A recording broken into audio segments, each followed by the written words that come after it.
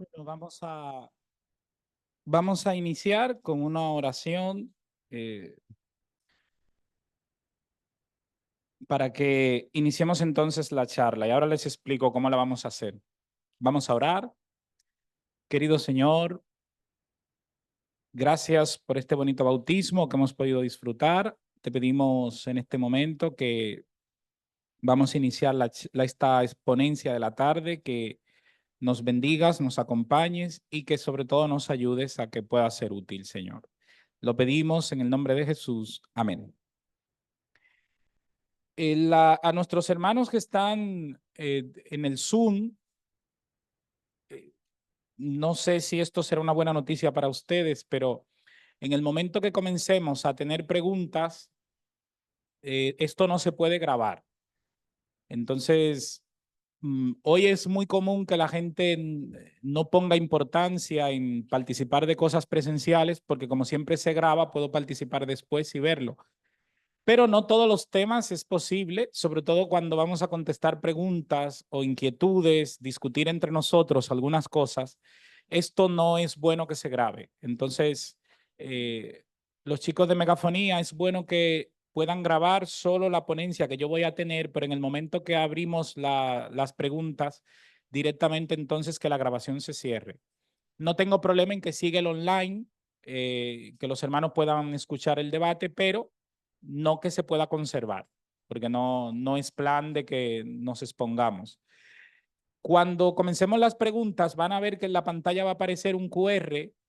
Entonces, si alguien quiere hacer una pregunta, pero esa pregunta igual le expone a usted al hacerla con el micro y que todo el mundo sepa que es una circunstancia personal, eh, pues el plan es tener la pregunta, no exponerte. Entonces, pueden con sus móviles, con el QR, entrar al programa. Ese programa no conserva ningún tipo de datos. Está más que comprobado, lo hemos utilizado en otras iglesias y lo único que va a aparecer en la pantalla es la pregunta que hayamos hecho, pero no graba. Yo no podría saber quién la hizo ni nada y sinceramente para mí es mejor. Lo importante es tener la pregunta y poderla contestar. Entonces, si alguien no tiene problema en hacer la pregunta con el micro, pues no pasa nada. Ahora, si quieren hacerla así, vamos a tener esta posibilidad.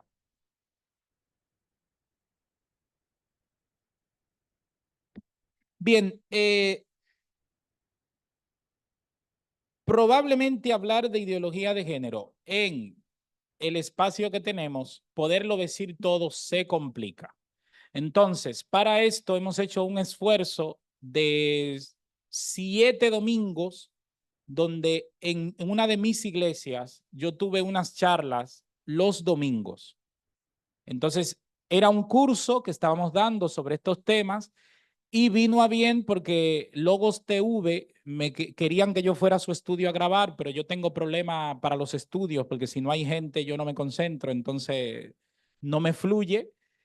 Y hay quien tiene esa capacidad de poder hablar en un estudio solo con la cámara, yo eso no lo tengo de momento.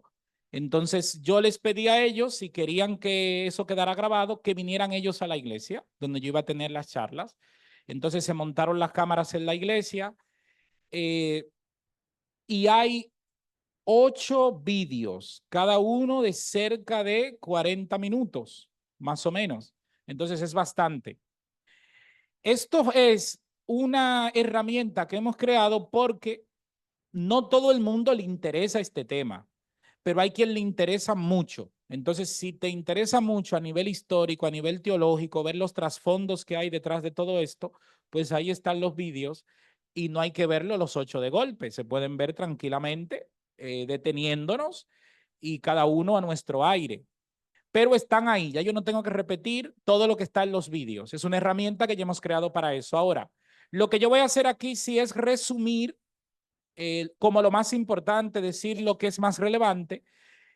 Y si queremos profundizar en alguno de los apartados que yo voy a decir aquí, en la pregunta no me diga que lo abunde, sino que vaya al vídeo.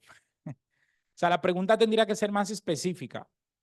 Es un tema, la ideología de género, muy complejo. Es un tema que no es específico, es un tema abundante, es un tema que cada día recoge algo. Entonces, lo que nosotros hemos hecho en los vídeos es precisamente poder abordar lo que no podemos hacer en una iglesia.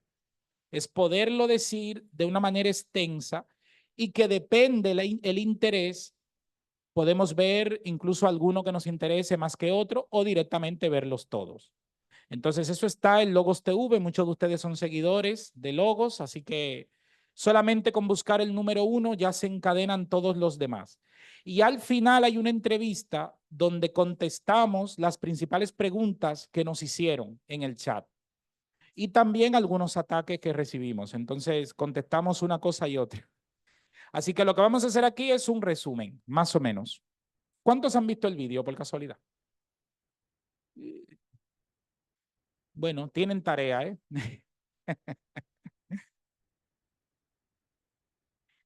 Quiero que comencemos pensando. Vamos a ver unos postulados que yo quiero que pensemos. ¿Dios creó el mundo con moralidad o solo bastaba que el ser humano fuera perfecto? Piensen un poquito, ¿eh? O sea, ¿Dios creó el mundo con moralidad o solo bastaba que el ser humano fuera perfecto? Estoy curioso. ¿Por qué es importante esta pregunta?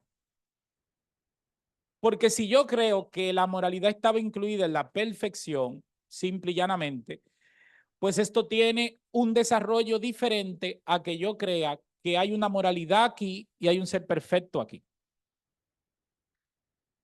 Muchos psicólogos, muchos historiadores hoy sostienen que no existe una moralidad como tal, que la moralidad se construye en la cultura. Yo tengo una compañera que de un máster de historia antigua y ella presentó una tesis muy interesante que se llama Las relaciones sexuales no heteronormativas. Yo no había escuchado nunca esa palabra, así que me bajé su tesis para leerla tal, y entonces me pareció muy curioso porque heteronormativo es lo que nosotros creemos como hombre y mujer. Entonces ella investigó hacia atrás en todas las sociedades que tenían matrimonios, por ejemplo, diferentes o formas de sexualidad diferentes y se encontró con muchísimas cosas. Ahora, desde el punto de vista, como ella lo plantea, no existe una moralidad como tal. Da igual lo que cada sociedad ha hecho. Simplemente que a nosotros nos puede parecer mal o bien en virtud de lo que hemos recibido. Entonces, esto es lo que tenemos que discutir. Si cuando a ti te toca hablar de tu propia idea sobre la Biblia, tú te confundes con esto, vas a tener problemas para poderlo defender. Yo les digo mi opinión. Yo creo que no se creó una moralidad diferenciada del ser humano, porque el ser humano hoy no hace falta que sea creyente para que tenga una preferencia, por ejemplo, por la heterosexualidad.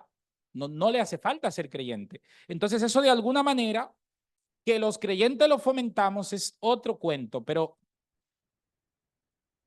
también tenemos problemas de decir, ¿y si ser heterosexual es lo normal? Entonces, ¿qué sería lo otro? Nosotros no tenemos que entrar en ese tipo de debates. No estamos aquí para hablar de qué es lo que es normal o lo que no es normal en una sociedad. Estamos aquí para nosotros defender qué es lo que el Señor nos ha planteado en la Biblia y si esto tiene sentido. Esta sería nuestra premisa. Respetando lo que todo el mundo piense, nosotros deberíamos también comenzar respetando, pero que se nos respete también a nosotros. Que nosotros podamos decir lo que pensamos también. Vamos allá. Sí, sí, creo que Dios diseñó la moralidad humana. Por ejemplo, ¿qué significaría eso?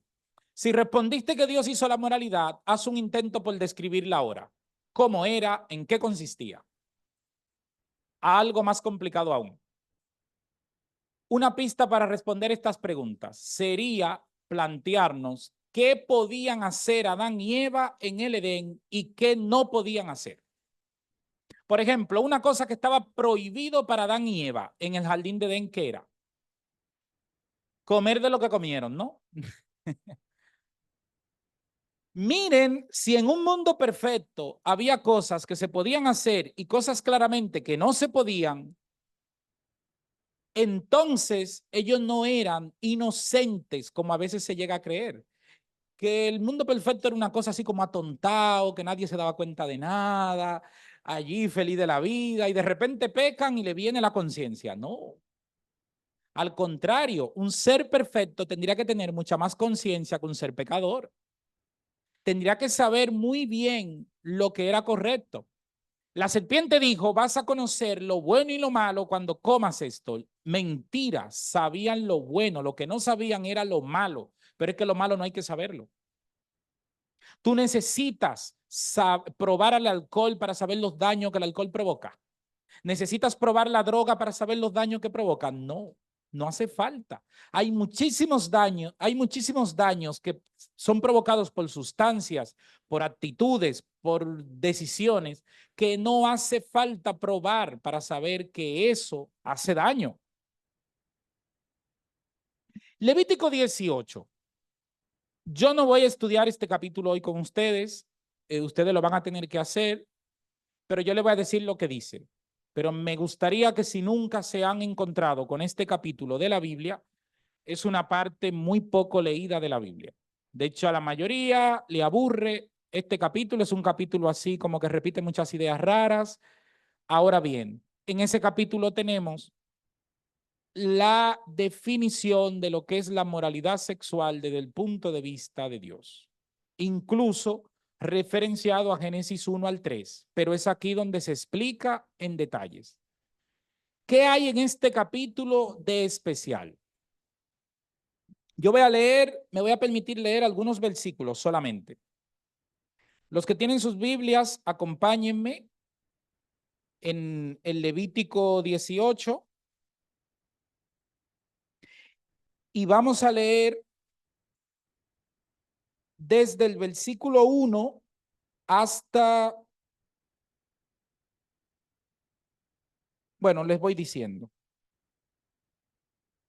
Dice, el Señor dijo a Moisés, di a los israelitas, yo soy el Señor vuestro Dios. Cuando Dios habla de esta manera, tenemos muchas veces que Dios dice así en la Biblia. Piensen bien, muchas veces. No, no son tantas. Y cada vez que se utiliza esa frase es una referencia a la ley de Dios. O sea, cuando Dios utiliza esa frase es una frase hacia su ley. O sea, le está dando categoría o lo está relacionando con la ley.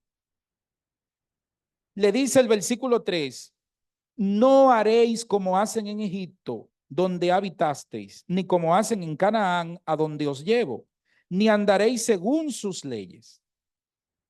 Y esto es un lío. No había mejor sitio que el pueblo de Israel pudiera ir. O sea, están en un mal lugar y Dios le dice, miren, lo que ustedes han aprendido aquí no sirve como referencia. Así que a desaprender todo. Pero amigos, a donde los llevo, cuidado con esa gente, porque allí lo que hay tampoco sirve como referencia. Y aquí tenemos varias tareas. Tenemos que saber qué hacían los egipcios para que no fueran referencia. Y esto es una tarea larga.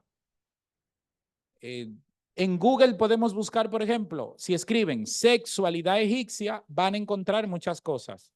Probablemente no bien estandarizadas, pero está bien para tener una idea. Y si ponen sexualidad cananea, se van a encontrar también con tela. Ahora,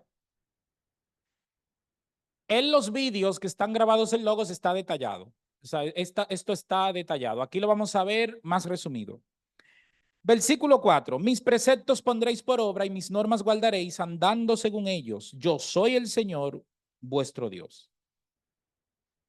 El Señor no está siendo ambiguo. Él le está diciendo claramente lo que no funciona y lo que funciona. Le dice, la guía es que sigan mis preceptos. Ustedes se pueden inventar todo lo que ustedes quieran, pero recuerden, son mis preceptos lo que deben servir de guía. Tened cuidado.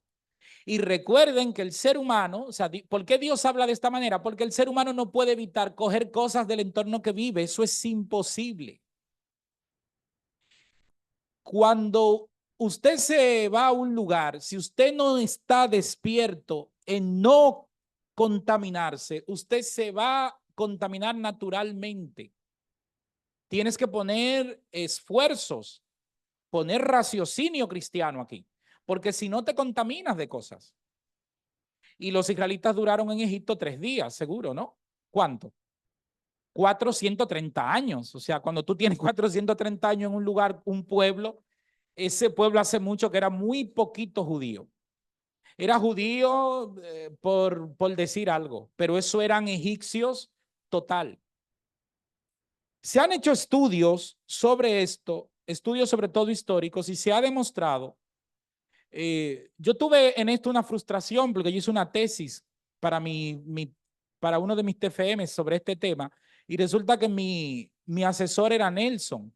Entonces Nelson me dijo, no, 2 temas no, porque si me tienes que estudiar todo lo que significa Canaán y todo lo que significa Egipto, esos son 2 tesis. Así que elige uno de los 2. Y yo no sabía qué decir, estaba enfadado porque digo, pero menudo lío, yo con mi tema bien hecho ya. Y digo, bueno, me voy con Canaán. Y para sorpresa grata, resulta que Canaán en realidad es lo que también influenció a Egipto. O sea, las diferencias que hay entre la sexualidad cananea y la egipcia no es tanta, es muy poco, porque terminó Canaán invadiendo a Egipto también con la influencia de su propia sexualidad. Así que en realidad no tuve que quitarme tema. O sea, al final lo tuve los dos. Creo que el Señor me guió ahí en la elección porque yo no tenía ni idea. Miren el mandato, no imiten a Egipto ni a Canaán. Ese es el mandato del versículo 3. Algunas versiones, como la que yo tengo en este momento, dicen, no haréis como hacen en Egipto, pero es no imitar el concepto. ¿Qué diferencia tiene imitar? ¿Por qué es importante imitar? Vamos a partir de aquí. Cuando uno imita actitudes, normalmente no las reflexiona. Es simplemente como que ves algo que está haciendo todo el mundo y tú te metes al lío y lo vas haciendo también, sin pensar. Entonces aquí el mandato es detente. ¿Qué estás haciendo? Piensa si eso tiene sentido. ¿Ustedes se acuerdan cuando el pueblo de Israel va saliendo de Egipto? Casi para ya recibir la ley de Dios, y se montan un lío con un becerro de oro. Todo lo que se hizo ahí es cananeo, en absoluto. Y no solo es que hacen un becerro de oro, es que hacen un becerro de oro, hacen el rito, hacen todo lo que había que hacer. Eso no nace de repente. Ahí había una influencia y seguramente que habían participado de estos ritos muchísimas veces. Incluso Aarón, que hizo el becerro, tenía capacidad para de memoria poder hacerlo perfectamente. ¿Cuántas veces lo habría hecho? Fíjense. Y esto es una muestra de hasta dónde Canaán estaba dentro de ellos, que es precisamente lo que Dios aquí estaba advirtiendo. Es importante buscar las costumbres de estas 2 sociedades antiguas, porque si no, no vamos a comprender lo que significa. Una norma que organizó el mundo y que lamentablemente no se reconoce, sin embargo se conoce hasta hoy. Es Levítico 18 el documento más antiguo que advierte sobre el incesto. No tenemos un documento más antiguo. ¿Por qué tú no te acuestas con tu madre, con tu hermana, con tu tía? ¿Por qué? ¿Quién te enseña que eso está mal? Pues este es el primer documento, si lo leen en detalles, que se van a encontrar que tiene esta explicación. Aquí Dios quería que personas que no tenían ningún tipo de definición sexual pudieran aclararse de tener una conducta y una dignidad sexual adecuada a los principios bíblicos, no adecuada a la sociedad donde vivían. Para los egipcios, acostarse entre hermanos, entre familiares y cruzado entre padre e hijos no había ningún problema. Esto no era un problema en Egipto. Tanto los egipcios como los cananeos practicaron la homosexualidad siempre. Esto tampoco era un problema. Lo único que tenemos distinto a todas las sociedades antiguas hoy en cuanto a la sexualidad es que el matrimonio entre el mismo sexo hoy se acepta. Ellos no lo aceptaban. Lo aceptaban como conducta sexual, pero no como matrimonio. Porque entendían que el matrimonio real tenía que ser entre un hombre y una mujer. Lo otro era prácticas sexuales o algo así.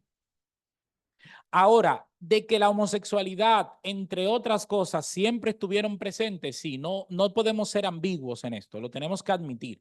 A veces hoy creemos que lo que vemos por ahí es algo de hoy en nuestra sociedad, pero en las sociedades antiguas probablemente, y ya lo veremos, en algunas de ellas se dieron situaciones probablemente mucho más graves de lo que nosotros tenemos hoy, en el sentido de el descontrol y la confusión que generó, sobre todo en los niños, en los jóvenes, para su propia salud sexual.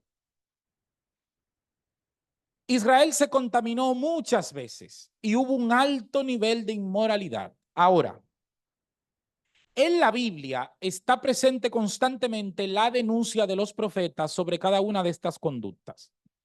¿Qué conductas tenemos en Levítico 18? Fíjense.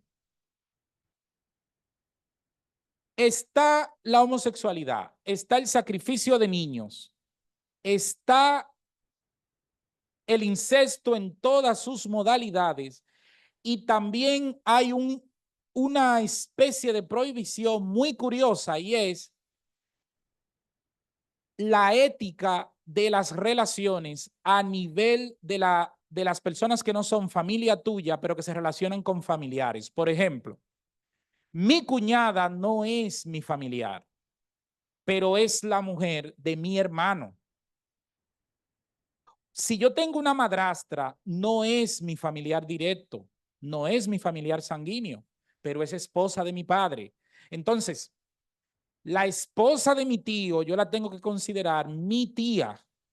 La esposa de mi hermano tengo que considerarla intocable. Entonces, ¿por qué este tipo de cosas? Porque la gente en ese tiempo comenzó a argumentar que si tengo que respetar sexualmente a los que son de mi sangre, de mi familia, pero todos los demás no, porque ya era mucho fastidio. Sin embargo, Dios va más lejos en lo que demuestra en Levítico 18 y Dios coloca la prohibición aún más allá, porque no respetar esas cosas genera problemas en las familias, muchísimos problemas. Y son cosas que en algún momento probablemente hemos visto casos. Llama la atención en Levítico 18 que la prohibición, el cuidado de las niñas sobre todo, siempre recae sobre el pater familia, el padre de familia. ¿Por qué? Porque en la nomenclatura de familias de ese tiempo, los grupos familiares eran muy grandes y esos grupos familiares tenían siempre un patriarca.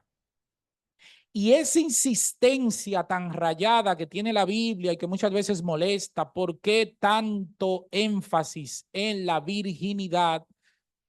Era precisamente porque la no virginidad de las niñas era una prueba en ese tiempo de que había sido abusada sexualmente en el entorno del hogar. No era la dignidad barata que se vende hoy con la virginidad, no era para esto. Pero preservar las chicas vírgenes hasta el matrimonio era la prueba en realidad de que sus padres y sus tíos no la violaron. Porque de donde ellos salieron había un problema con esto. Nosotros muchas veces cuando analizamos estos temas lo analizamos desde la perspectiva de hoy. Hoy hay leyes, hay muchísimas cosas de bienestar social que la verdad que protegen muy bien. De hecho, nosotros mismos como iglesia cuando tenemos un problema lo tenemos muy fácil porque uno llama a la policía o busca un abogado, pero es que en ese tiempo ¿qué podían buscar ellos? Entonces Dios tenía que ser tan específico a un nivel tan didáctico para ayudar a que la gente pudiera crear un criterio suficiente que pudiera ser útil para las familias. Pero fíjense si estos consejos fueron tan útiles que todavía hoy en todo Occidente, sobre todo, se respeta esto.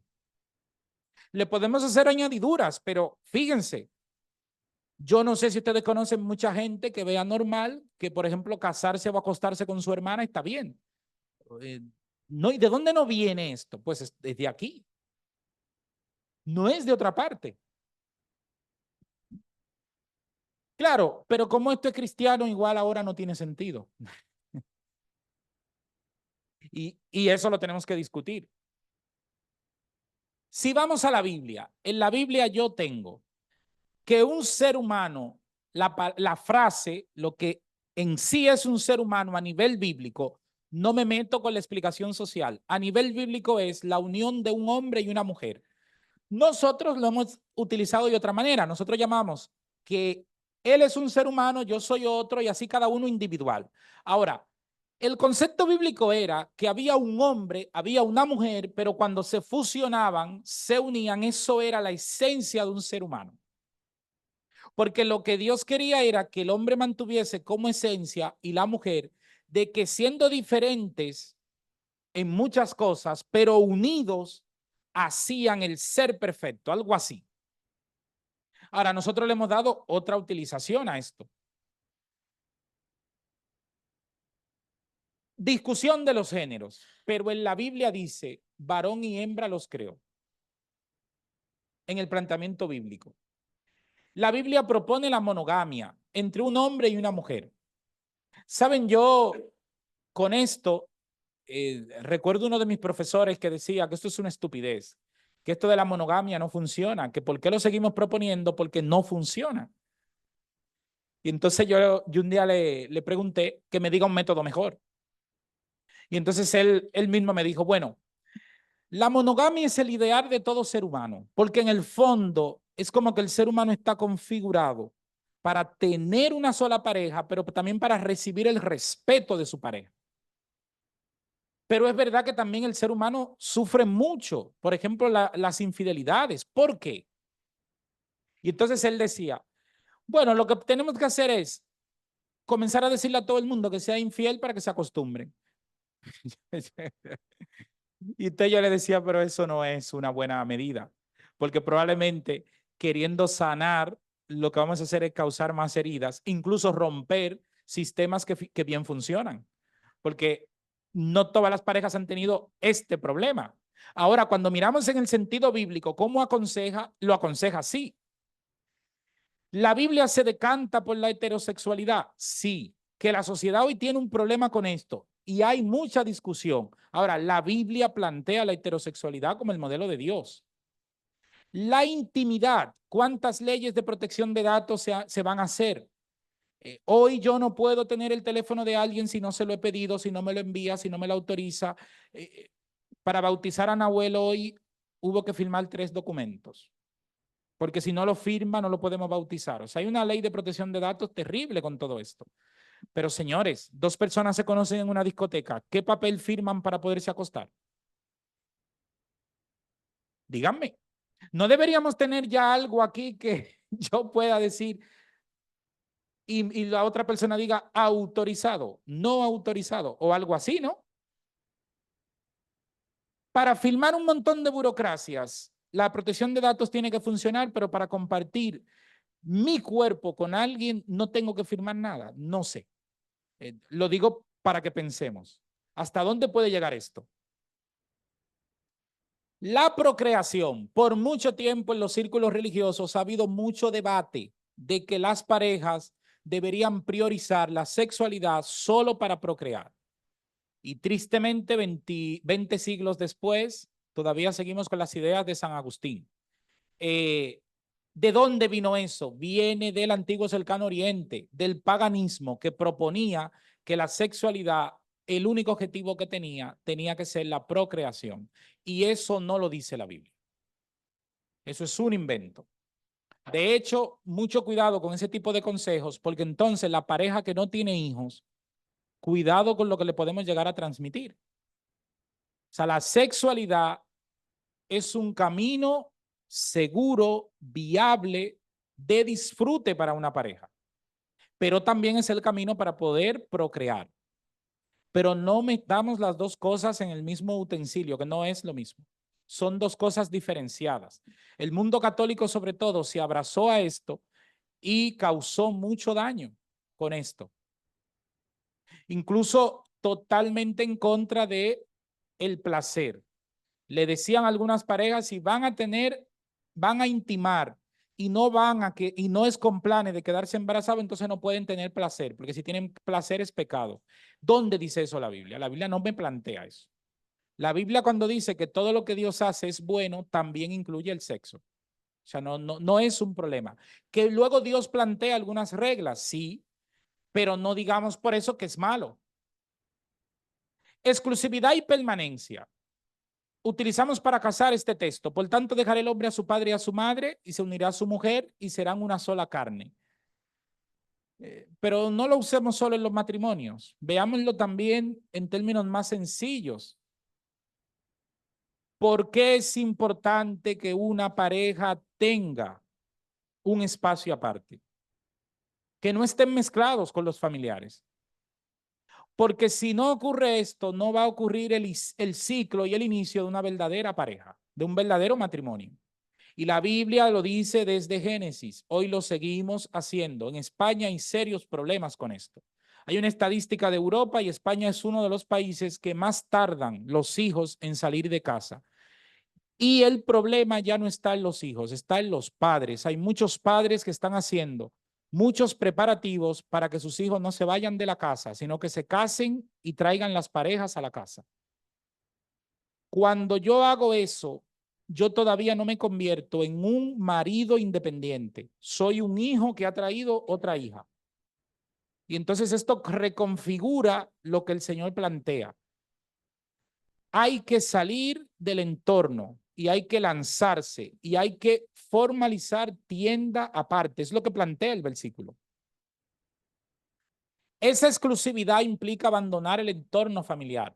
Los judíos tenían un concepto muy extraño de esto y era que estaba la casa de los padres y cada hijo que se casaba construía una casa, un anexo a la casa del padre. Y así eso se iba haciendo muy grande, muy grande. ¿Por qué el versículo dice que el hombre tiene que dejar a su padre y a su madre? No dice la mujer. ¿Por qué no dice la mujer? A ver. No, es algo más simple. No se refiere a los dos en este caso, es solo al hombre. Pero ¿por qué no me dice mujeres? Piensen, es algo muy lógico. Yo lo acabo de decir. Cada hijo que se iba a casar, lo que hacía era que construía un anexo en la casa del padre. Entonces los hijos no salían. La que salía de su entorno era la mujer. ¿Entienden? O sea, una mujer se iba a casar, ella abandonaba su entorno y se iba a la casa del chico, que él lo que hacía era que construía una habitación al lado de sus padres. Entonces, por eso el mandato es a los hombres, ustedes también tienen que salir, porque la chica sí salía. O sea, fíjense cómo aquí la mujer era pionera en abandonar su entorno, el hombre no. Permanencia.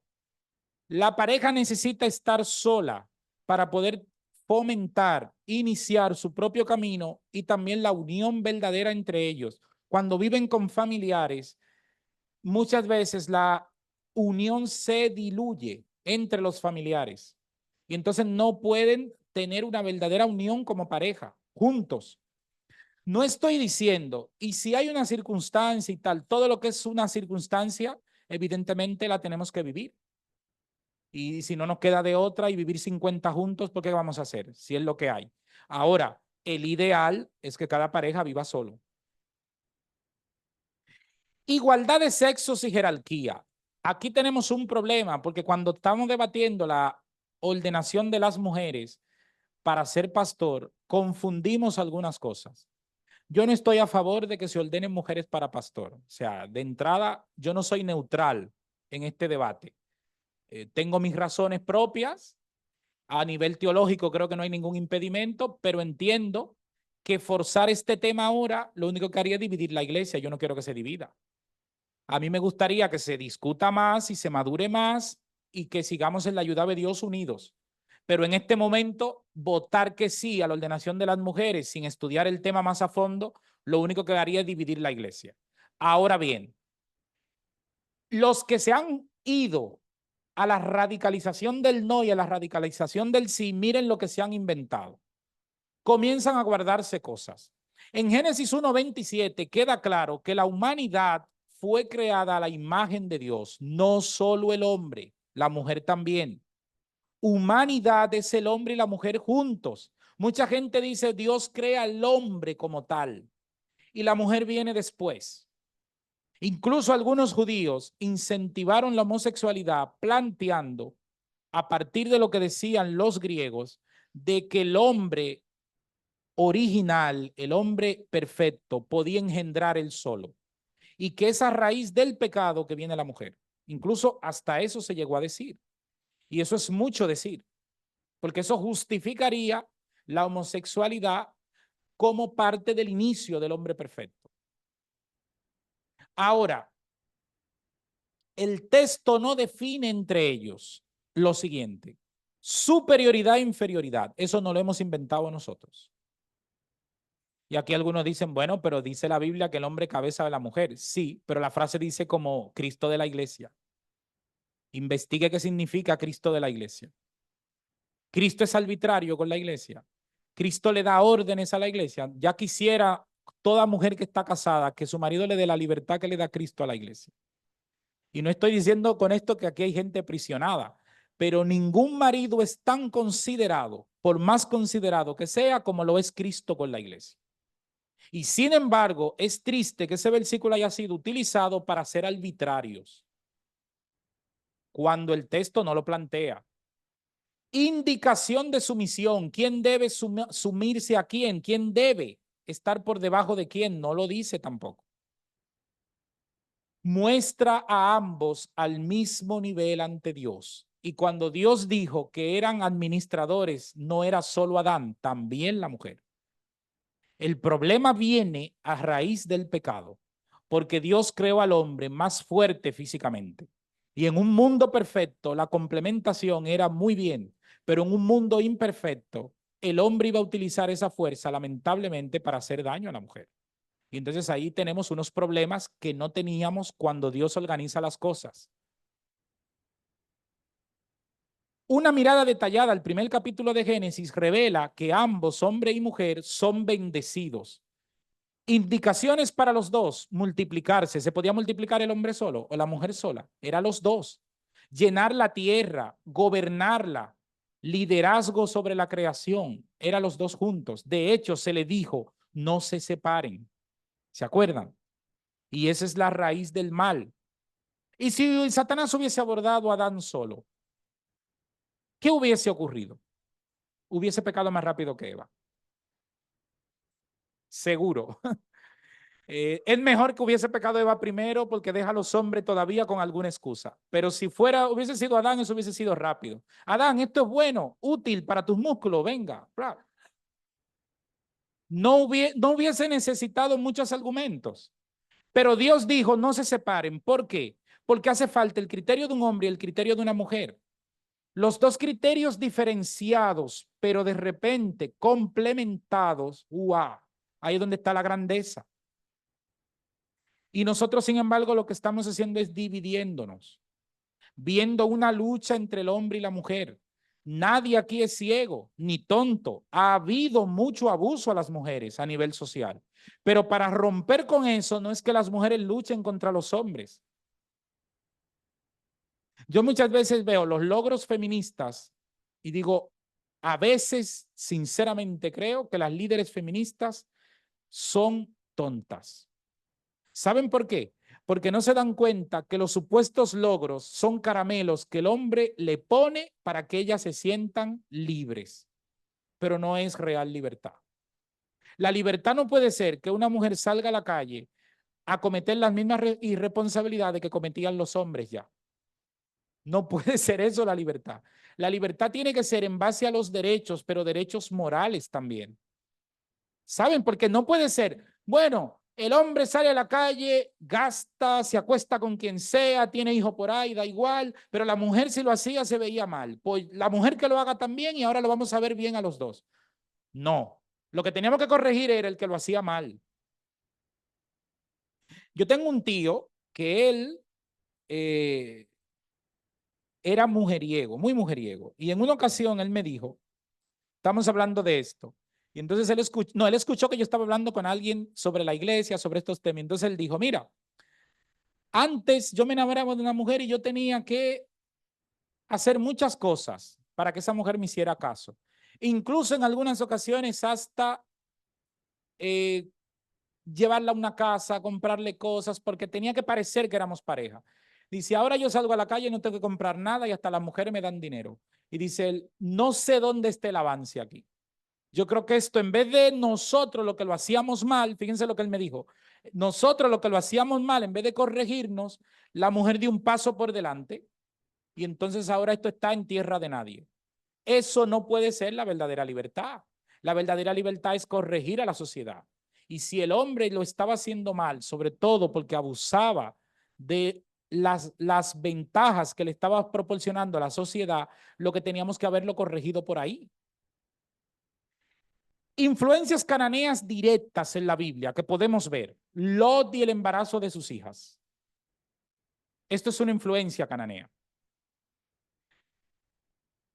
El texto te dice que a Lot tuvo que emborracharlo, lo que quiere decir que Lot no estaba de acuerdo, no hubiese aceptado hacer eso. Ahora, sus hijas estaban imbuidas en las prácticas cananeas.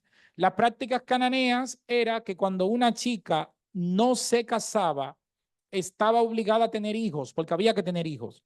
¿Y qué tenía que tirar? De lo que tuviera a mano, su padre, su hermano, quien sea, daba igual, había que tener hijos.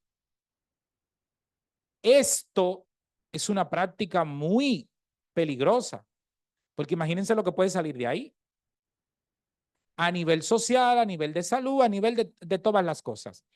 Cuando Lot hace, cuando sus hijas hacen esto, ¿dónde lo aprenden? Lo aprenden de las prácticas cananeas que están muy bien detalladas en la historia de que esto se hacía en Canaán.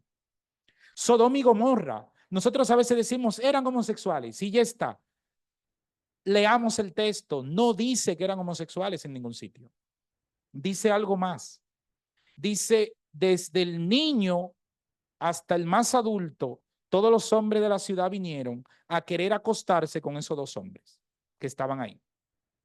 Díganme qué lugar del mundo que ustedes conocen, todo el mundo, todos los hombres son homosexuales. En absoluto, desde los niños hasta los adultos. O sea que ahí no había distinción de edad en las relaciones sexuales de ningún tipo. Estamos hablando de un nivel de una ciudad cananea donde esto no era un problema. La fiesta del becerro de oro, que lo comentamos antes, ¿qué ocurrió ahí? Una fiesta hacia un dios que había que tener sexo, porque si no, mientras más sexo se tuviera allí, mientras más desenfrenada fuera la orgía, más bendición iban a recibir del dios. Entonces era una manera de justificar lo que se iba a desencadenar allí. Esto era una práctica cananea también. La situación en Baal peor.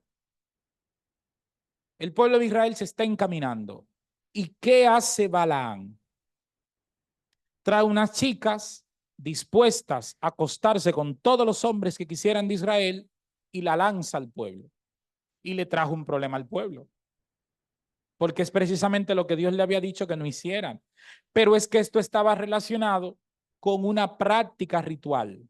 No estamos hablando de sexualidad aquí, estamos hablando de una mezcla de adoración y sexualidad. ¿Se acuerdan de Rahab cuando los espías fueron y ella los ocultó? ¿Qué era Rahab? ¿Se acuerdan? Una prostituta, pero nosotros tenemos una idea de la prostituta de hoy y lo llevamos a eso. Rahab era una mujer que estaba en un prostíbulo y tal. En ese tiempo, la prostitución era ritual. Entonces, la prostitución era una función sacerdotal. Probablemente Rahab era una sacerdotisa de un dios de esa época. Recuerden dónde vivía, la Biblia lo dice. ¿Dónde estaba su casa? En el muro. Esas eran las mejores casas. Y altas, privilegiadas. Era una mujer rica. porque las sacerdotisas rituales tenían un nivel. Y sin embargo, esa mujer abandonó eso cuando entendió. Fíjense, Rahab, cuando entendió que eso no estaba de acuerdo a los planteamientos de Dios, ¿qué hace? Lo abandona. Y todavía hoy nosotros estamos discutiendo si lo debemos abandonar o no. Reyes israelitas paganizados, ¿cuántos hubo? Podríamos hacer la pregunta diferente y terminaríamos rápido. ¿Cuáles no se afectaron? Cuidado con las mayorías. La Biblia advierte desde el inicio de que Dios no tiene un problema con las mayorías. Y hoy nosotros tenemos un problema con esto. Porque si yo no estoy haciendo lo que hace todo el mundo, me van a ver raro, me van a ver tal. Tenga cuidado con eso. Porque vas a claudicar hoy, vas a claudicar mañana y vas a estar así toda la vida, porque las tendencias cambian. La prostitución ritual ocurrió dentro de Israel. ¿Qué les parece? La Biblia dice que cuando el rey Ezequías quiso limpiar todas las situaciones anómalas que había, también estaba dentro del templo de Dios la prostitución ritual.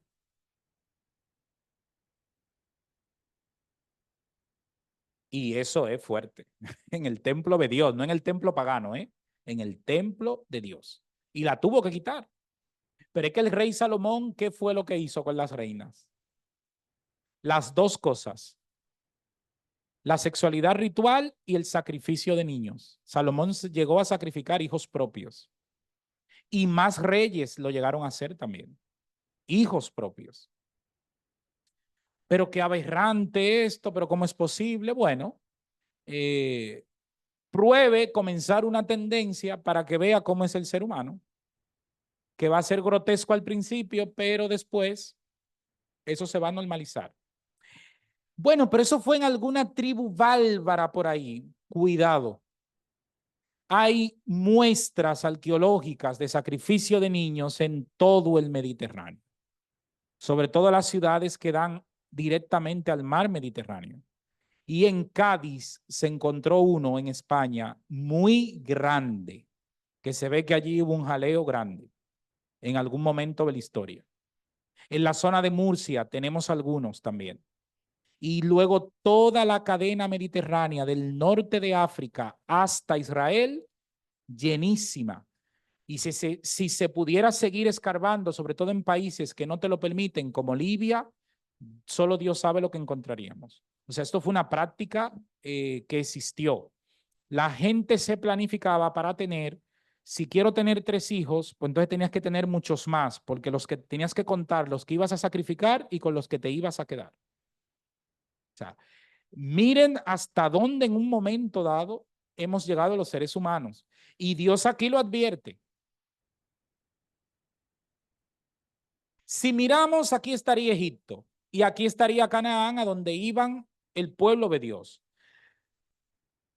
¿No podía Dios haber decidido llevar a Israel a un sitio como más tranquilo, con menos problemas? Mucha gente piensa hoy que nosotros tenemos que ser burbujas. Y los que piensan eso, desengáñense. Dios no te llamó a ser una burbuja. Dios te llamó a que hagas contrapeso a la sociedad.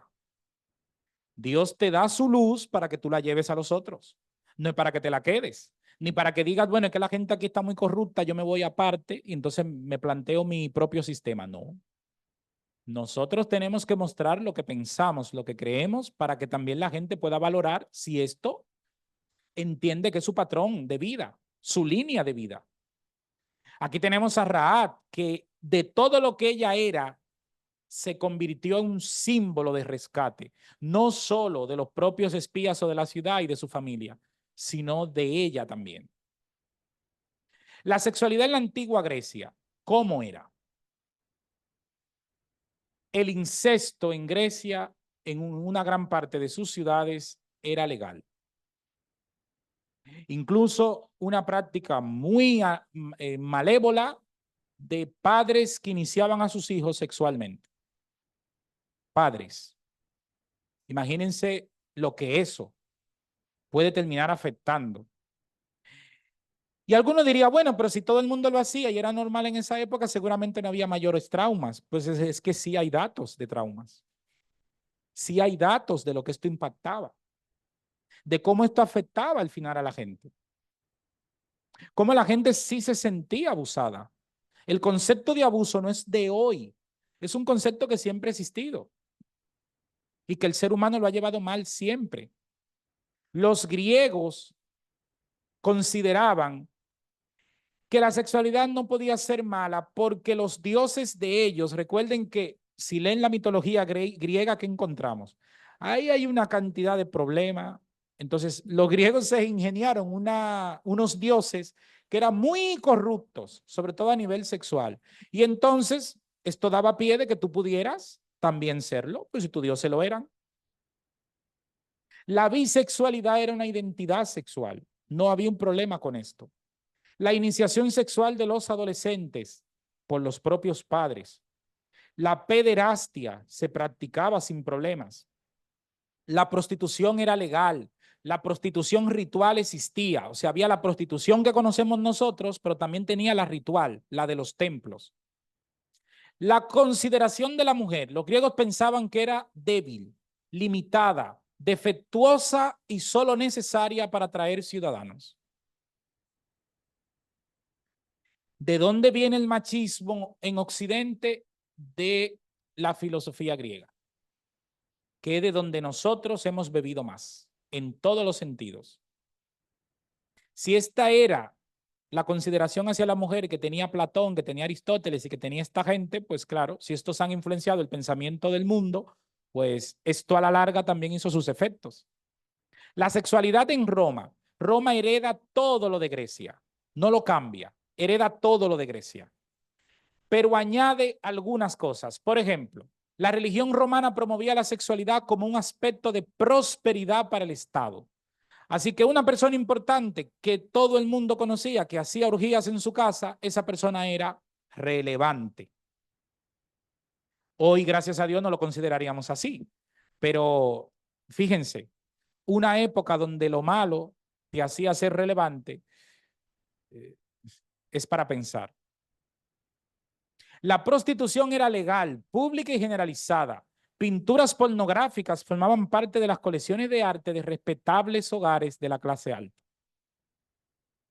La iniciación sexual. Se consideraba natural y normal que los hombres se sintieran atraídos sexualmente por jóvenes adolescentes de ambos sexos. Y esto no se consideraba homosexualidad. Lo que se consideraba homosexualidad era si se formalizaba una relación. No se había práctica sexual. Cuando se han encontrado murales de Pompeya y estos sitios, hoy nos horrorizamos porque son murales pornográficos total. Pero es que eso estaba en el salón donde una familia de bien comía. O sea, veía eso natural. La pederastia estaba permitida siempre que el joven no fuera un romano nacido libre. Porque recuerden que para los romanos, el ciudadano romano era el que tenía dignidad y derechos. Todo lo demás era un objeto. Ideología de género. ¿Qué es exactamente? Esta ideología utiliza un concepto nodal que es desconstruir el concepto de la sexualidad que tú y yo conocemos. Este es su objetivo principal. La ideología de género es una ideología política de corte neomarxista y tiene un sesgo totalitario. ¿Qué quiere decir eso? Primero, que al nacer de la política no es que se han sentado científicos a estudiarla. Los políticos tienen una ventaja y es una anomalía de nuestra sociedad, pero eso son ellos que lo pueden cambiar y no lo van a cambiar. Si un conjunto de expertos se pone a analizar este tema, van a llegar a conclusiones muy interesantes y tal vez muy buenas. Pero el problema es que eso nunca es vinculante. Lo único vinculante en una sociedad es lo que los políticos puedan votar en el Parlamento. Y en los parlamentos, lamentablemente, nos valemos de mayorías. Y esas mayorías se mueven según el ambiente que haya.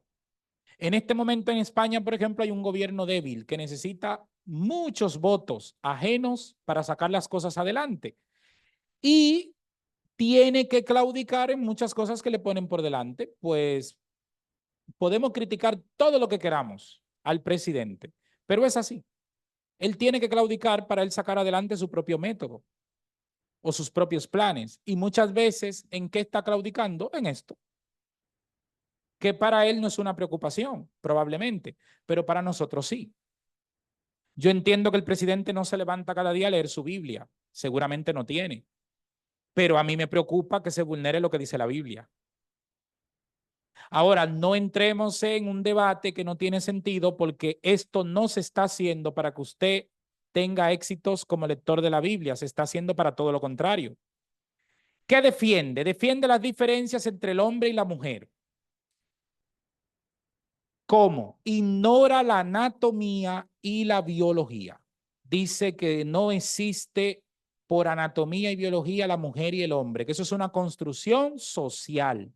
Usted es lo que usted quiera ser.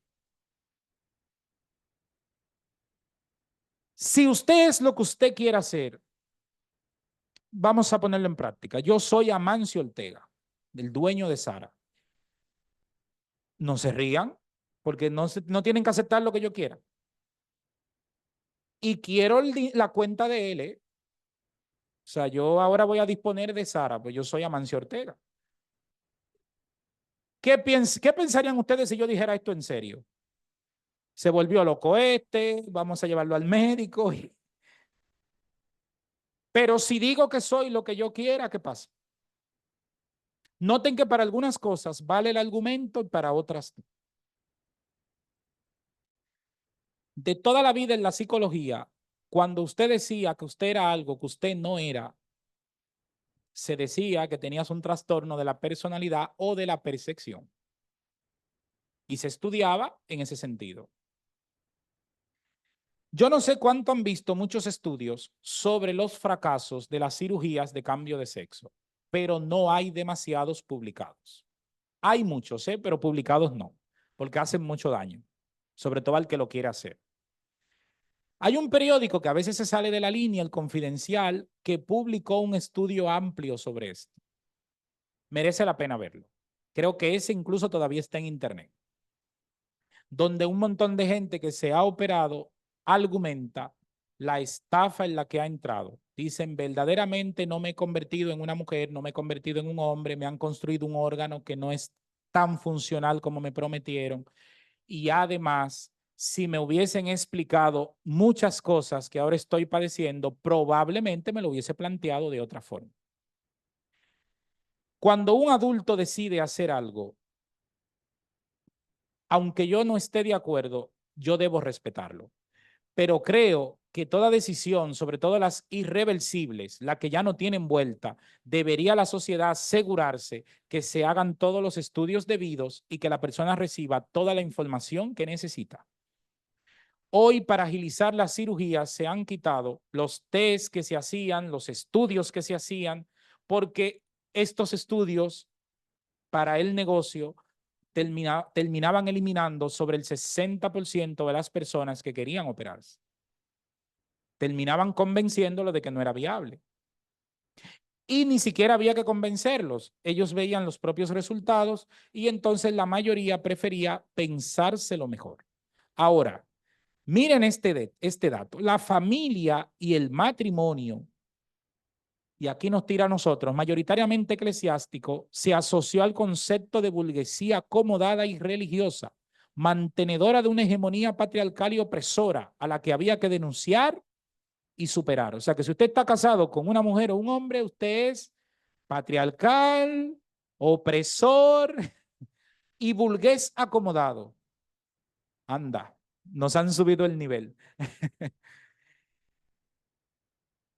Esto se hace porque si quiero atacar un grupo, lo tengo que poner en peyorativo, claro. Lo tengo que poner en una etiqueta que sea mala.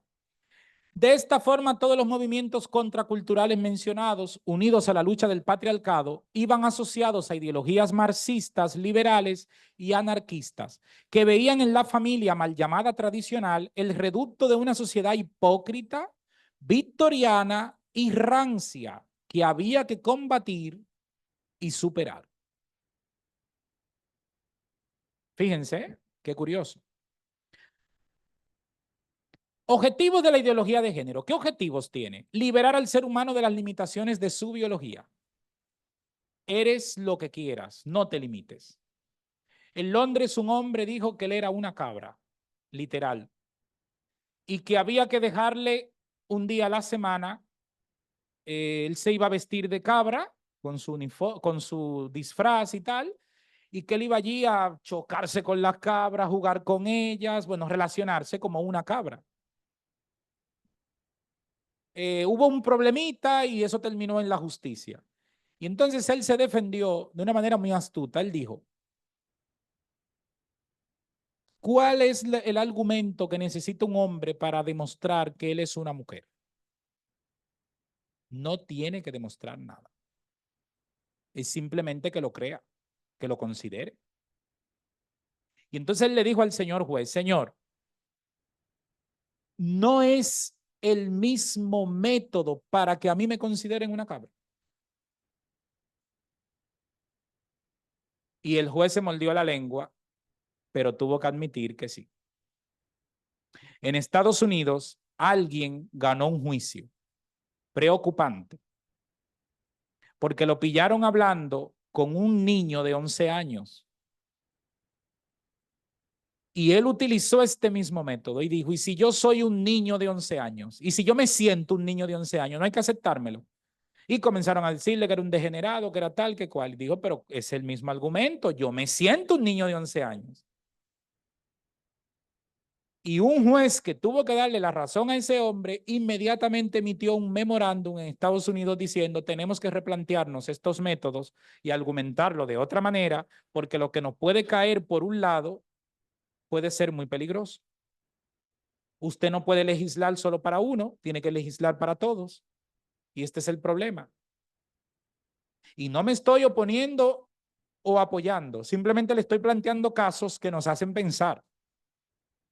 Conseguir la desaparición de la familia natural y su sistema opresor. Esto es un objetivo claro. Tiene que desaparecer la familia natural. En el gobierno anterior de España había una ministra de igualdad que fue muy polémica.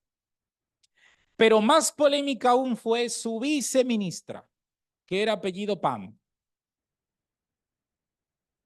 Ella hizo una encuesta a todas las chicas entre 14 y 17 años, todas las que quisieran contestar. Y cuando ella vio los resultados, se horrorizó y cometió la imprudencia de decir en público, eso lo pueden buscar porque está en internet, de decir en público que cómo es posible que las chicas dijeran que preferían las relaciones heterosexuales. Que la respuesta correcta era ni siquiera otra persona, tenía que haber sido un juguete sexual. O sea, que esa tenía que ser la primera respuesta. Lo hizo en un debate público y muchas de las chicas le rebatieron. Y incluso hubo una que le preguntó, ¿quién eres tú para decirme a mí cómo yo tengo que vivir mi sexualidad? O sea, tú decides por todo un país, por todo un gobierno, cómo tiene que ser la sexualidad de cada uno. No, eso no funciona así. Y se hizo famosa a partir de eso, de todas las meteduras de pata que cometía. Pero fíjense, una encuesta que revela un dato, bueno, utilízalo como quieras, pero es el dato. No, encima lo corrige. No se puede corregir la encuesta, pero ya la encuesta salió, que era lo importante. Abolir la cultura judio-cristiana, y estamos tú y yo. Su ética y sus valores, miren cómo lo completan. Obsoletos. ¿Tienes 20 años casado con la misma persona? Si dices que sí, uy, ay, menudo aburrimiento. De verdad. Antes le hacían un aplauso al que tenía muchos años casado. Hoy lo ven raro. Estamos pasando un tiempo curioso. Ya yo miro bien decir cuántos años tengo de casado. Porque como tengo mucho, entonces ahora soy raro. Señores, cuidado a dónde estamos llegando. Imponer la sociedad igualitaria en el nuevo orden mundial de la Agenda 2030. ¿Qué plantea esta agenda? Una libertad sexual que toca ya no solo la ideología de género, sino cosas más peligrosas, incluso con nuestros niños. Por ejemplo, posición ante los parámetros sociales, el matrimonio de parejas del mismo sexo, adopciones de parejas del mismo sexo, el cambio de sexo quirúrgico, la sexualidad es de lo que yo siento, no desde lo que la biología indica. ¿Cuál debe ser nuestra respuesta? Lo primero, respeto ante el criterio de los demás. No juzguemos a nadie. No juzguemos lo que sienta nadie. Yo me voy a mi Biblia y digo desde mi Biblia lo que yo creo. Yo tuve una experiencia que me entristeció mucho porque tenía que rebatirle a gente que yo quería mucho. Yo estaba haciendo aquí en Tenerife el máster de terapia familiar y tenía compañeros que eran gays y alguna que era lesbiana y tal. Entonces ellos sabían que yo era pastor. Entonces había sus fricciones. Y en un momento dado, un día, nos quitamos las caretas, porque teníamos mucho tiempo compartiendo juntos. Y en un descanso me dijeron, a ver, ¿por qué que tú estás en contra de nosotros? Y yo les dije, probablemente a ustedes sean a los que más aprecio aquí del grupo. Han sido siempre muy considerados conmigo, muy sinceros. Cuando hemos debatido temas por grupo, me he sentido muy cómodo con ustedes. Pero yo les quiero enseñar algo. Y me fui aquí a Levítico 18 y le enseñé lo que decía aquí. Le dije, miren, yo creo en Dios, que Dios existe de verdad. No soy religioso, soy creyente, que no es lo mismo. Para mí Dios es de verdad. Dios dejó su palabra, que es esto, la Biblia.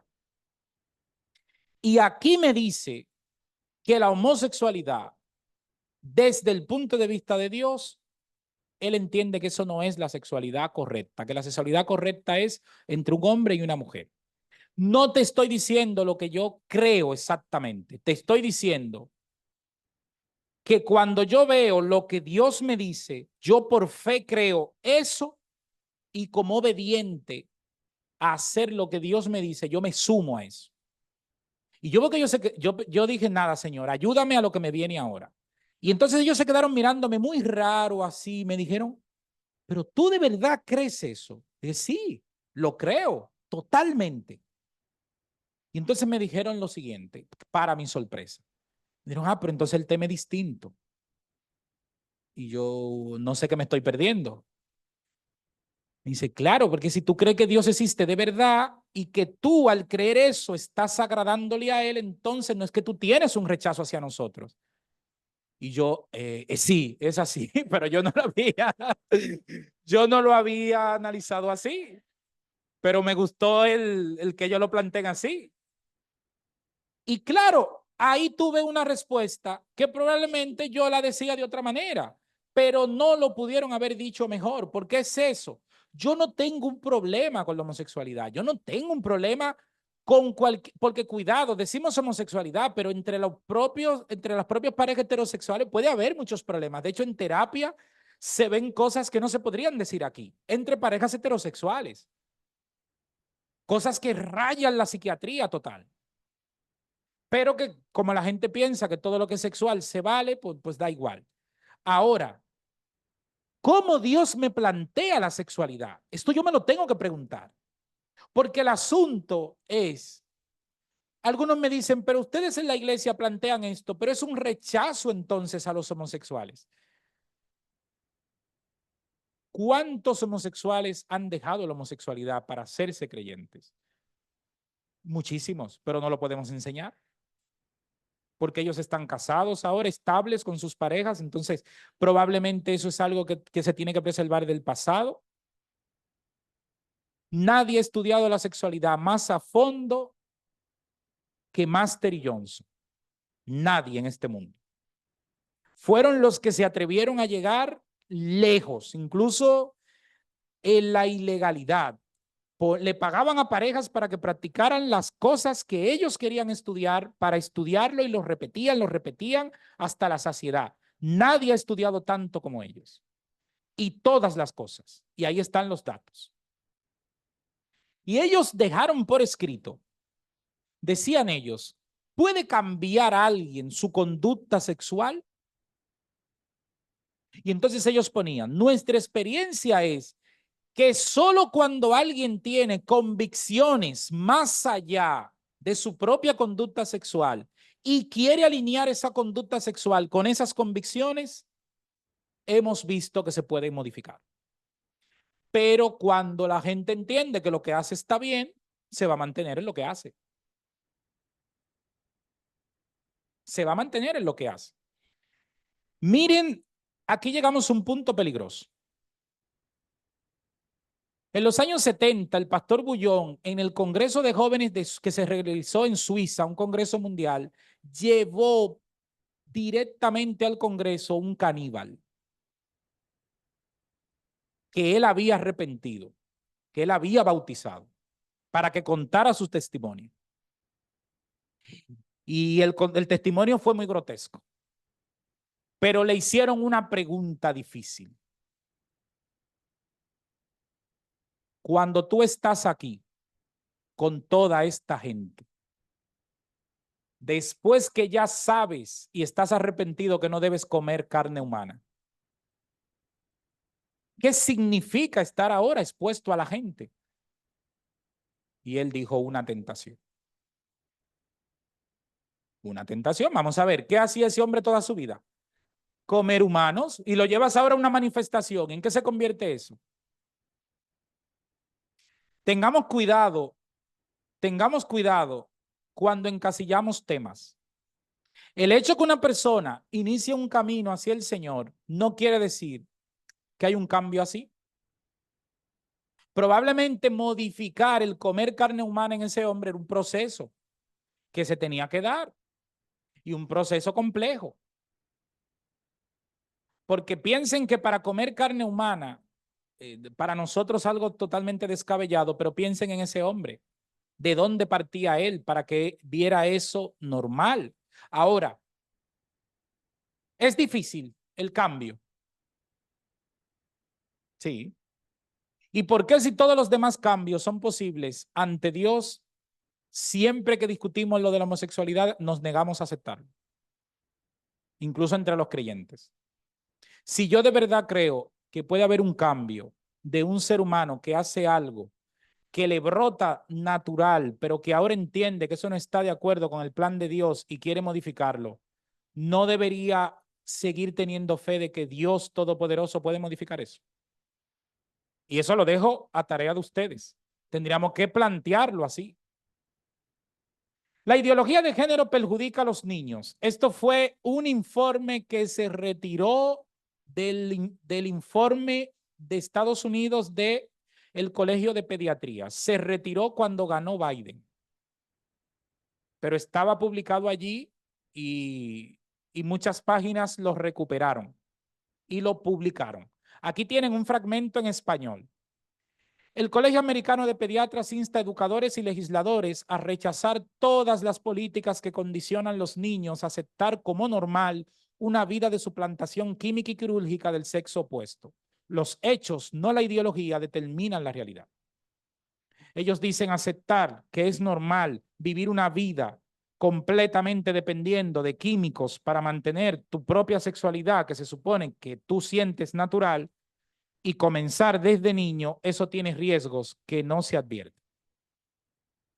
Por ejemplo, la sexualidad humana es un rasgo biológico binario objetivo. Somos X, Y o XX. Cuando un médico analice nuestra sangre, siempre le va a salir esto, solo dos. Son marcadores genéticos de varón y mujer, respectivamente, no marcadores genéticos de un trastorno. Nadie nace con un género, todo el mundo nace con un sexo biológico. Y el género, como conciencia y sentido de uno mismo, como hombre o mujer, es un concepto sociológico y psicológico, no una realidad biológica. Lo explico, que igual está muy rebuscado. Yo nazco varón, pero si la sociedad me lleva a que desde pequeño yo considere que soy otra cosa, yo lo voy a adoptar. Es fácil que adopte otro tipo de comportamientos. Ahora, de donde yo debo partir a crear mi identidad sexual es desde lo biológico, no desde lo social. De acuerdo al DSM, que es el libro que usan los médicos como manual de referencia, el 98% de los casos de confusión de género, o sea, existe la confusión de género, un adolescente que se siente de repente confundido con su sexualidad. Fíjense eso, en niños, el 88% de la confusión de género no, a ver, lo leí mal. El 98% de los casos de confusión de género en niños y el 88% en las niñas finalmente aceptan su sexo biológico después de pasar naturalmente a través de su pubertad. Y aquí la ideología de género nos metió un gol a todos y no nos dimos cuenta. Bajó el tema a los niños pequeños, de 5 años y por ahí. ¿Por qué? Porque si esto se define en la pubertad, vamos a complicar las cosas más abajo. Y entonces, cuando lleguen a la pubertad ya estarán confundidos. ¿De verdad un niño de 4 años sabe quién es él? ¿Cuál es su sexualidad? Si esta pregunta la hiciéramos no a políticos irresponsables sobre todo, sino a psicólogos que tienen una licencia que tienen que mantener, la respuesta correcta sería hasta los 18 años y en algunos casos hasta los 22, una persona se puede sentir confundido sexualmente y eso todavía ser normal. Intenten hacer la prueba. Pregúntenle a un político y pregúntenle a un experto para que vean cómo cambia la respuesta. El problema es que esto lo deciden políticos y tienen toda la potestad. El acondicionamiento de los niños en la creencia de que toda una vida de suplantación química y quirúrgica del sexo opuesto es normal y saludable debería ser considerado, dicen los pediatras americanos, un abuso infantil. ¿No sería considerado un abuso infantil estar metiéndole químicos a un niño que incluso le pueden llevar a un riesgo de cáncer a lo largo de su vida? Los índices de suicidio son 20 veces mayores entre los adultos que usan hormonas de cruce sexual y se someten a cirugía de reasignación de sexo. Incluso en Suecia, que se encuentra entre los países de mayor aceptación de la agenda LGTBQ y más y plus y todo lo que queramos añadirle, se están planteando esto porque esas cosas están causando problemas. Yo conocí un caso en La Palma de un hombre que se convirtió en mujer, a ver si estoy, sí, es así, un hombre que se convirtió en mujer quirúrgicamente y los medicamentos de todas estas hormonas que se tiene que poner le hicieron una reacción que él no está dispuesto a aceptar. Y entonces ahora abandonó todos los medicamentos. Y entonces ahora su cuerpo está intentando volver otra vez al cuerpo robusto de un hombre, pero está como enclavado en el cuerpo que le construyeron de mujer y ahora él es un espécimen raro. Pero ya no hay vuelta. Ya él se hizo una cirugía y tiene que tirar para adelante. ¿Qué va a hacer? Pero fíjense que hay muchas cosas que le pudieron haber explicado que nadie se la explicó. Soy un niño de 11 años, lo que hablamos ahorita, encerrado en el cuerpo de un adulto de 40. ¿Esto es posible? Tengan cuidado con la respuesta. Nos parece fuerte, pero con el postulado de cambio de sexo que hay hoy, esto es posible que cuele, incluso legalmente.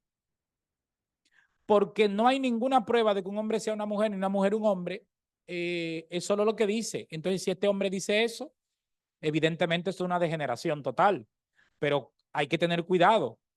Miren esto, ¿existe la infantilización de la sociedad? Sí, esto es un fenómeno que existe. De hecho, imagínense, vamos a poner un ejemplo. ¿Cuántos años tú tienes, Juan? 38. Hay un estándar psicológico de lo que tiene que hacer una persona con 38 años. Pero si de repente yo se lo aplico a Juan y noto que los resultados son de alguien de 11 años, entonces yo puedo diagnosticar infantilización. Ahora, esto tiene trampa. Si yo diagnostico a un adulto con infantilización, ese adulto no puede tener una conducta de adulto y unos intereses de adulto. Te tiene que parecer un niño grande. De hecho, Todos, sin mucho análisis, hemos visto infantilización. Lo que pasa es que antes se llamaba de otra manera. Incluso alguna gente que era un poco lenta y tal, y uno le decía, este chico es tonto. No, el muchacho era infantil, tenía menos años físicos a veces que los mentales, pero a veces era al revés. Entonces podía ser un chico muy grande, esto en los colegios se veía mucho, un chico, y se ve mucho, un chico muy grande, una chica muy grande, pero mentalmente va de menos, y esto hay que diagnosticarlo adecuadamente para no cometer errores, porque se pueden cometer errores muy graves. Ahora, miren la trampa. Trampa encubierta aquí. ¿Un adulto infantilizado pondría su objetivo en la sexualidad? No. Esta es una de las mayores pruebas donde un experto pilla cuándo es un fingimiento y cuándo es un trastorno. Porque un adulto que tiene 40 años y lo que quiere es estar chateando con niñas para incitar a la sexualidad y con niños y tal, no es lo que haría si él tuviera de verdad 11 años. Él está en otro estado. Ahora, se quieren colar algunos como niños, pero para hacer cosas no de niños. Entonces ahí es donde hay que estar despiertos. Si estás pendiente a los debates políticos, no podrás pillarlo todo, pero debes preocuparte por lo siguiente: la edad de consentimiento sexual. Si escuchas un debate de esto, ponle caso, porque aquí es donde está la trampa. ¿En cuánto está en este momento el consentimiento sexual? ¿Se acuerdan en España? 14 años. Era 16 antes, ahora es 14. Hay una propuesta de llevarlo a 12 y luego hay otra de llevarlo a 9. ¿Qué pasaría si estuviera en 9? La pederastia desaparece. No la vas a poder demostrar. No la vas a poder demostrar. Entonces, este es el debate peligroso que comienza en Holanda, se traspasa a la Unión Europea y comienzan a fomentar en los países. Mucho cuidado con este tipo de debates. Ya comenzamos de que una chica puede abortar sin permiso de sus padres, pero sigue siendo menor. Entonces ya aprobamos y abrimos la puerta a que menores de edad puedan hacer cosas donde sus padres no pueden intervenir. Cuidado con eso, porque eso va a seguir a más. Se van a seguir poniendo esas excepciones a la regla donde los menores van a poder hacer cosas que el padre no le puede impedir. Antes de los 18 años no se puede comprar alcohol en España, pero puedes decidir abortar o reasignar tu género. Cuidado lo que estamos haciendo, porque ¿qué sería más serio? Cambiar de sexo es más serio que comprar alcohol. Y sin embargo, prohibimos, no puede subirse un menor de edad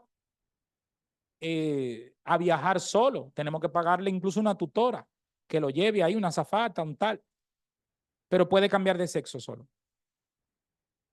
Habría que plantearse esto. Los manuales de desarrollo definen la sexualidad a partir de la preadolescencia. ¿Por qué en vez de fortalecer la educación sexual en esa edad, se está poniendo el énfasis en los niños pequeños? ¿Por qué se están dando charlas en las escuelas sobre masturbación a los niños con 5 y 8 años? No es la edad. Y luego a los preadolescentes ni caso. Se les deja solo. Ya son muy listos. Ellos se enteran por internet y tal. Hay algo que no combina. Pero detrás de esto hay un objetivo. Y es que cuando el chico llegue a ser adolescente, ya esté confundido. Y si está confundido sexual, tela lo que vamos a tener. Levítico 18, cuando nos advertía, no imiten Egipto ni a Canaán, ¿qué nos planteaba? Si buscamos las costumbres de estas sociedades antiguas, nos vamos a encontrar que un tono más elevado de situaciones contrarias a los planes divinos que los que tenemos hoy. Ellos eran más corruptos de la corrupción que vemos hoy, pero nosotros no quiere decir que no lleguemos a donde están ellos. Israel se contaminó muchas veces, un alto nivel de inmoralidad, pero esto nunca fue un problema para Dios para seguir diciendo que eso no era correcto. En la Biblia está presente la denuncia constante de los profetas, lo vimos antes, y ahí tienen muchos de esos versículos. No olvides, finalmente, Se me desconfiguró aquí en este ordenador el tema. A ver. Que el pueblo de Israel se estableció en un ambiente de idolatría, el culto a la fertilidad y toda la lista que define Levítico 18 como mala. Ahora, miren, debes reflexionar sobre la aceptación social y el criterio de las mayorías, Éxodo 23. La Biblia denuncia en nombre de Dios toda práctica o conducta contraria a los principios bíblicos. Y el mismo Dios aconsejó a Israel a través de Moisés para que no imitasen la forma de vida de los egipcios ni de los cananeos y que no se sometieran a sus reglas, porque Dios planteó sus propias reglas.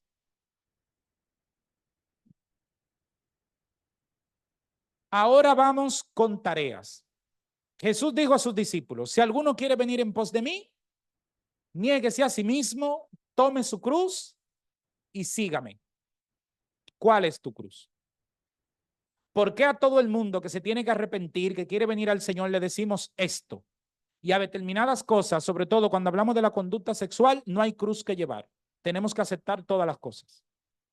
No, a ver, cada uno cargue su cruz. Uno lo tendrá en la conducta sexual, otro lo tendrá en un trabajo, otro lo tendrá en lo que sea, pero todas pueden ser una cruz. Los seguidores de Dios son odiosos a la sociedad. Si tú estás idealizado, que te van a aplaudir porque tú eres un seguidor de Dios, te estoy echando agua fría en la cara. No va a ser así. Tú eres un problema. En mi nombre seréis aborrecidos, dijo Jesús. Lo dijo. Porque tú cuando dices los planteamientos bíblicos te convierte en una especie de mala conciencia. Para los creyentes, dijo Pablo, para los no creyentes esto es locura, el evangelio. El mensaje bíblico produce incomodidad, provoca mala conciencia, es contracorriente. Asúmelo con humildad y firmeza, pero en ese orden siempre, nunca al revés. Humildad primero, firmeza después. Porque si voy con firmeza primero, le doy por la cabeza a la gente con la Biblia para que crea y entonces me meto en un problema. Al que es homosexual le digo degenerado, al que no cree como yo la sexualidad le digo pervertido y entonces alejo a la gente de mí. No, yo tengo que amar a la gente, a todos, independientemente de lo que piensen y lo que quieran hacer. Yo me debo limitar a decir lo que yo creo y lo que yo veo en la Biblia y lo que Dios me dice, pero yo no me tengo que meter en los criterios de los demás. Esto ha sido un error reiterativo que hemos cometido y nos ha hecho perder posibilidades de impactar a mucha gente que está necesitada de Dios. No confundamos esto. Libros. Si quieren libros, háganle fotos a estos libros.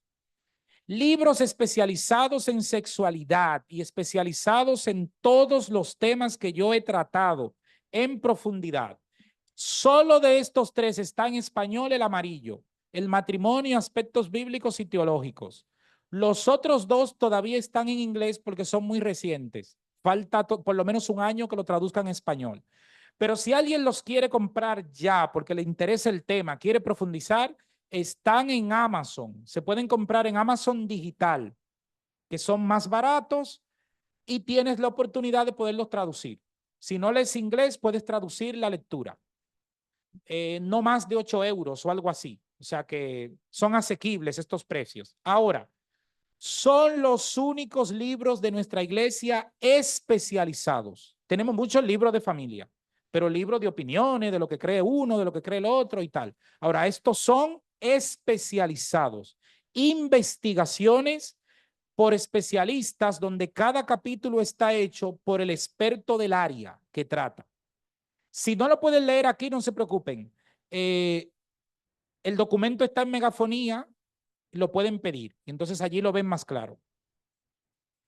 Estos dos libros, si quieren fortalecer la pareja, consejos sobre la pareja, familias de éxito, del pastor Badenas. Y el que está al lado, lamentablemente no está en español, es el documento más importante que tenemos en defensa de la sexualidad bíblica. Es un libro de casi 1000 páginas. No es cualquier libro. Es un libro para detenerse a leer. Ahora, es un libro donde cuando uno termina de leerlo dice que ignorante era. literal. O sea, es toda la investigación habida y por haber de la sexualidad de todas las historias bíblicas, ese libro. Y es el único que hay, no hay más. O sea que si no vamos a ese, hay muchas cosas que no sabemos.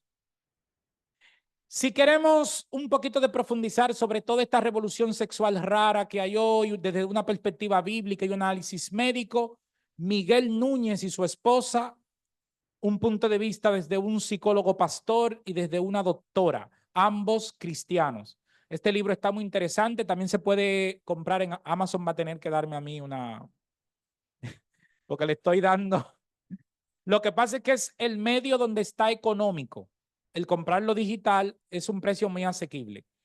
Si quieren profundizar sobre las parafilias, la violación, la conducta sexual y tal, este libro que no es cristiano de José Cáceres, pero es muy digno, está escrito muy bien. Y hasta aquí hemos llegado. Vamos a aprovechar para aprovechar este tiempo que tenemos rápido por las preguntas. Si pueden colocar, por favor, el QR. Recuerden, con el QR es para hacer